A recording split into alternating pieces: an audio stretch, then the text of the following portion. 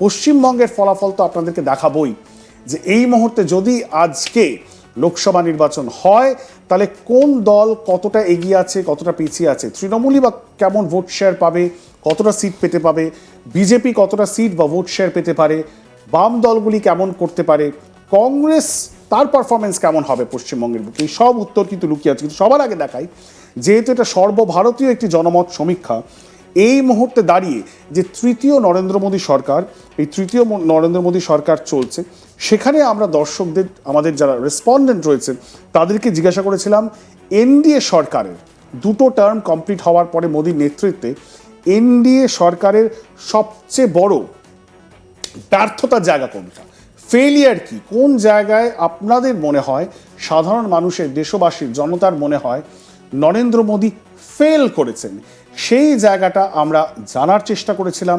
কিছু রেসপন্ডেন্টদের কাছে কিছু অপশনও দেওয়া হয়েছিল এবং তারা সেটার মধ্যে থেকে চুজ করেছেন। কি বেরিয়ে এসেছে, সবার আগে যে প্রথম স্লাইড আপনাদেরকে দেখাবো, mood of the nation survey, NDA সরকার, নরেন্দ্র মোদী সরকারের সবচেয়ে বড় ব্যর্থতা কি, দেখুন। আমরা মুড অফ দ্য নেশনে এই প্রশ্ন করেছিলাম এবং সেখানে দেখা যাচ্ছে বেশিরভাগ মানুষ, সিংহভাগ মানুষ মনে করেন মূল্য বৃদ্ধি, জিনিসপত্রের আকাশ ছোঁয়া দাম, নিত্য প্রয়োজনীয় জিনিসের আকাশ ছোঁয়া দাম, মূল্য বৃদ্ধি সবচেয়ে বড় ব্যর্থতা। মূল্য বৃদ্ধিকে সঠিকভাবে ম্যানেজ করতে পারেনি নরেন্দ্র মোদী সরকার, এনডিএ সরকার, এবং সেটাই সবচেয়ে বড় ব্যর্থতা বলে মনে করেছেন ম্যাক্সিমাম রেসপন্ডেন্ট। তারপরেই একই 21% মানুষ মনে করছেন বেকারত্ব, চাকরিহীনতা, যারা ইয়াং চাকরি খুঁজছেন, চাকরি প্রার্থী যারা সবে কলেজগুলি থেকে, ইউনিভার্সিটিগুলো থেকে বেরোচ্ছেন, তাদের হাতে কাজ নেই, সেটা নিয়ে যথেষ্ট আলোচনা। এবারে বাজেটেও আমরা দেখেছি এটা নিয়ে যথেষ্ট একটা আশঙ্কা ছিল যে বাজেট কীরকম মুখী হবে, চাকরি, শিল্পায়ন এইসবের দিকে একটা দিক নির্দেশ করবে কিনা। বেকারত্ব এই মুহূর্তে ভারতবর্ষের বুকে ভারতের নাগরিক মনে করেন, ভারতবর্ষের নাগরিক মনে করেন যে এনডিএ সরকারের সবচেয়ে বড় ব্যর্থতা হলো বেকারত্ব। তৃতীয় সবচেয়ে বড় জিনিস কি, তৃতীয় সবচেয়ে বড় ব্যর্থতা হলো অর্থনৈতিক বৃদ্ধি। 7% মানুষ মনে করেন যেভাবে আর্থিক বৃদ্ধি ঘটেছে সেটা খুবই স্লথ, সেভাবে এগোয়নি, এবং তার ফলে তারা মনে করেন যেভাবে অর্থনীতিটাকে অ্যাড্রেস করা হয়েছে সেটাতে তারা খুশি নন।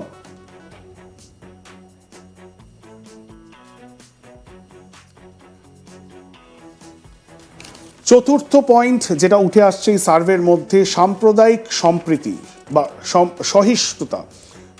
সাম্প্রদায়িক সহিংসতাকে 5% মানুষ মনে করছে সবচেয়ে বড় ব্যর্থতা, এবং এটা খুব গুরুত্বপূর্ণ কৌশিকদা।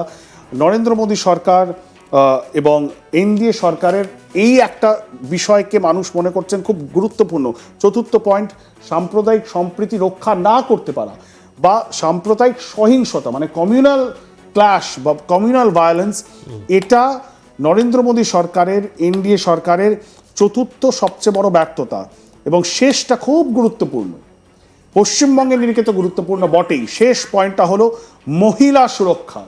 মহিলা সুরক্ষায় সাধারণ মানুষ মনে করছেন, 4% মানুষ মনে করছেন নরেন্দ্র মোদী সরকার খুব ব্যর্থ হয়েছে, খুব একটা তারা সাকসেসফুল নন। সুতরাং এই হলো মোটামুটি 5টা বড় বিষয়, যে বিষয় সাধারণ মানুষের কাছ থেকে সমীক্ষায় উঠে এসেছে যে এই বিষয়গুলি তারা মনে করছেন মোদী সরকারের সবচেয়ে বড় ব্যর্থতা। 21% মনে করছেন মূল্যবৃদ্ধি, 21% মনে করছেন বেকারত্ব, মানে 42% মানুষ মূল্যবৃদ্ধি এবং বেকারত্বকেই মোদী সরকারের সবচেয়ে বড় ব্যর্থতা বলে মনে করছেন।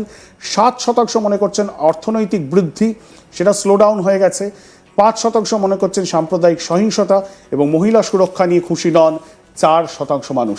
এ তো গেল ব্যর্থতা। এবার আমরা দেখি মোদী সরকারের, এনডিএ সরকারের সাফল্য কোন কোন বিষয়, সাধারণ মানুষকে যখন জিজ্ঞাসা করা হয়েছে তারা কি বলছেন, কোন কোন বিষয়গুলোতে তারা মনে করেন মোদী সরকার সফল হয়েছেন।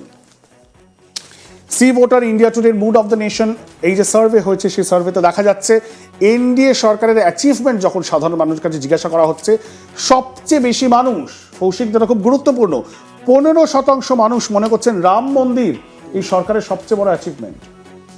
15% মানুষ মনে করছেন রাম মন্দির সবচেয়ে বড় অ্যাচিভমেন্ট। রাজনৈতিক স্থিতিশীলতার বজায় রাখতে পেরেছে 13% মানুষ। তারপরেই দুর্নীতিমুক্ত সরকার গড়তে পেরেছেন এটা মনে করেন 11% মানুষ। মেক ইন ইন্ডিয়া, ভারতবর্ষে ম্যানুফ্যাকচারিং এর উপর জোর দেওয়া হচ্ছে 10% মানুষ মনে করেন নরেন্দ্র মোদী সেটা করতে পেরেছেন, এবং পরিকাঠামো উন্নয়ন 9% মানুষ তিনি মনে করছেন করতে পেরেছেন। খুব গুরুত্বপূর্ণ, রাম মন্দির নরেন্দ্র মোদী সরকারের সবচেয়ে বড় অ্যাচিভমেন্ট 15% জনতা বলে মনে করে কৌশিকদা রাম মন্দির। একদমই তাই, কারণ এই ধর্মের ব্যাপারটা আদি অনন্তকাল ধরে ভারতবর্ষের রাজনীতি এবং আর্থসামাজিক পরিস্থিতির সঙ্গে যুক্ত রয়েছে। ঠিক সেখান থেকে নরেন্দ্র মোদী রাম মন্দির করেছেন এবং উত্তর ভারত ভূবলয়ের মানুষ কিন্তু একদম মোহিত হয়ে তাকে ঢালাও ভোট দিয়েছে। যদিও নিন্দুকেরা বা এ রাজ্যের কিছু মানুষ বলেন যে রাম মন্দির না করে যদি সেই টাকাতে আরও কিছু হাসপাতাল এবং শিক্ষাঙ্গন করা যেত বা কলেজ, স্কুল, বিশ্ববিদ্যালয়, তাহলে নরেন্দ্র মোদীর আরও বেশি ত্বরান্বিত হতো তার যাত্রাপথ, অর্থাৎ অনেক মসৃণ হতো তার রাজস্ব যে আয়োজন, সেই আয়োজনটা। সেই রাম মন্দির জানুয়ারি মাসে 2024 উদ্বোধন হলো, কিন্তু তার যে রাজনৈতিক ডিভিডেন্ড সেটা তো এপ্রিল মে মাসের ইলেকশনে খুব একটা দেখতে পাওয়া গেল না। অনেকেই তো এটা নিয়ে আলোচনা করেছেন যে অযোধ্যায় রাম মন্দির হলো সেই অযোধ্যাতেই হেরে গেল বিজেপি হেরে গেল। কিন্তু মানুষ এখানে মনে করছেন, আমাদের সার্ভেতে 15% মানুষ মনে করছেন যে রাম মন্দিরই সবচেয়ে বড় অ্যাচিভমেন্ট। সুতরাং এটার মধ্যে একটা ডাইকোটমি রয়েছে যে এই সার্ভের মধ্যে উঠে আসছে রাম মন্দিরকে মানুষ মনে করছেন সবচেয়ে বড় অ্যাচিভমেন্ট, যদি এটা সর্বভারতীয় স্তরে, কিন্তু 15% মানুষ কিন্তু, এবং সেটা খারাপ বিষয় না, সবচেয়ে বেশি মানুষ এই টোটাল সার্ভের মধ্যে 15% মানুষ মনে করেন রাম মন্দির তার সবচেয়ে বড় সাফল্য। আমাদের সাথে প্রসূন আচার্য জয়েন করেছেন, সিনিয়র সাংবাদিক। প্রসূন দাকে আমি এই প্রশ্নটাই জিজ্ঞাসা করার চেষ্টা করব। পিসিআর প্রসূন দা কি রয়েছেন আমাদের সাথে? নমস্কার। হ্যাঁ প্রসূন দা, আলোচনায় নিয়ে আসছি India Today mood of the nation survey, তার যে অভিমত সেটা আমরা আজকে দর্শকদের সামনে নিয়ে আসছি। আপনারা জানেন যে India Today mood of the nation survey বছরে দুবার করা হয়। তো এই যে লোকসভা নির্বাচন হয়ে গেল, তারপরে এটা প্রথম সার্ভে, এবং সেখানে দেখা যাচ্ছে নরেন্দ্র মোদী সরকারের যে অ্যাচিভমেন্ট সেটা যখন আমরা মানুষের কাছে জিজ্ঞাসা করছি, সেখানে দেখা যাচ্ছে রাম মন্দিরকে সবার আগে রেখেছেন সারা দেশের মানুষ। 15% মানুষ মনে করছেন রাম মন্দির নরেন্দ্র মোদীর সবচেয়ে বড় অ্যাচিভমেন্ট। এটা কি সারপ্রাইজিং? এটা হওয়ারই ছিল প্রসূন দা? এটা একদমই সারপ্রাইজিং নয়। এই কারণেই বিজেপি যে হিন্দু মন, হিন্দুত্ববাদ, হিন্দু যাই বলিক না কেন, 21-22% একটা বেস ভোটে যে দাঁড়িয়ে আছে, সেইটা পুরোটাই হচ্ছে হিন্দু মনোভাবাপন্ন ভোট। সেটা পশ্চিমবঙ্গের তাই সত্য, উত্তরপ্রদেশেও সত্য, কর্ণাটকেও সত্য, উড়িষ্যাতেও সত্য, বিহারেও সত্য, সারা দেশেই যে বিজেপি মানে হচ্ছে হিন্দুদের একটা বড় সেকশন, হিন্দুত্বের পার্টি।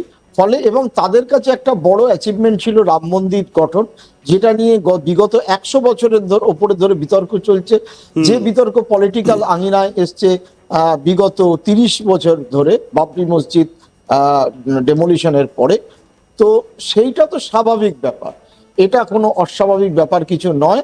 এবং যে কারণে এই যে আমরা দিল্লির ইলেকশনে যে অরবিন্দ কেজরিওয়াল হেরে গেল, তার কারণ দিল্লির যারা হিন্দু মনের বেশিরভাগ মানুষ কিন্তু মনে করেছে যে হিন্দুত্ববাদী পার্টি বা হিন্দুদের পার্টি কিন্তু বিজেপি, নট অরবিন্দ কেজরিওয়াল। সে নিজেকে ভগবানের অংশীদার বা হনুমান মন্দির যতই বলুন না কেন, এটা একেবারেই সারপ্রাইজ।